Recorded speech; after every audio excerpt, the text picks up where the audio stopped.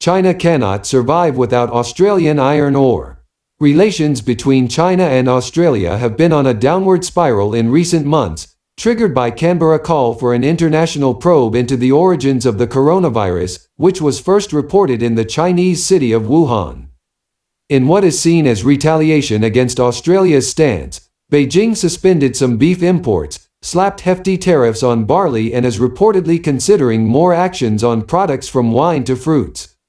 On Thursday, Australia's Prime Minister said he would not be intimidated by coercion after the moves from Beijing. "We are an open trading nation, mate, but I'm never going to trade our values in response to coercion from wherever it comes," Scott Morrison told local media on Thursday, according to a Reuters report. The dispute is cause for concern as Australia's export trade with China is huge, said Gavin Thompson, Asia-Pacific Vice Chairman for Energy at Wood Mackenzie, a commodities consultancy. By value, China currently buys around a third of everything Australia exports, and the ongoing diplomatic bust-up risks spilling over into trade, he said in a note on Tuesday. While none of Beijing's moves against Australian agricultural commodities is welcomed, the appetite of China's consumers for Aussie tenderloin and Merlot is insignificant in terms of overall trade, said Thompson. China has yet to target its biggest commodity import from Australia, iron ore. That's because the Asian giant has very few options to source for that at the moment. Two other major commodities, coal and liquefied natural gas, LNG, have also been mostly spared so far.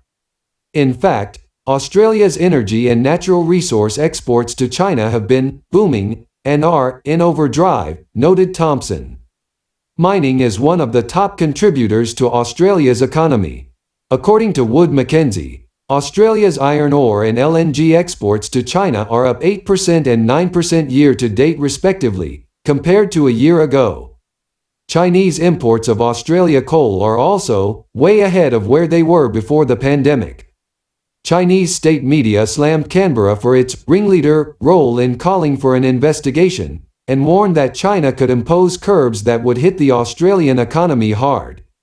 While it is possible that relations between China and Australia worsen to the point where iron ore, coal and LNG shipments to the East Asian economic giant would be hit, such tactics would also hit China's growth, said Thompson. Such a move would also come at a cost to China. Any disruption to its imports of Australian energy and iron ore would have an immediate impact on both price and China's own supply needs, he added. With China's economy battered by the coronavirus outbreak, Beijing is rolling out massive stimulus to prop up growth.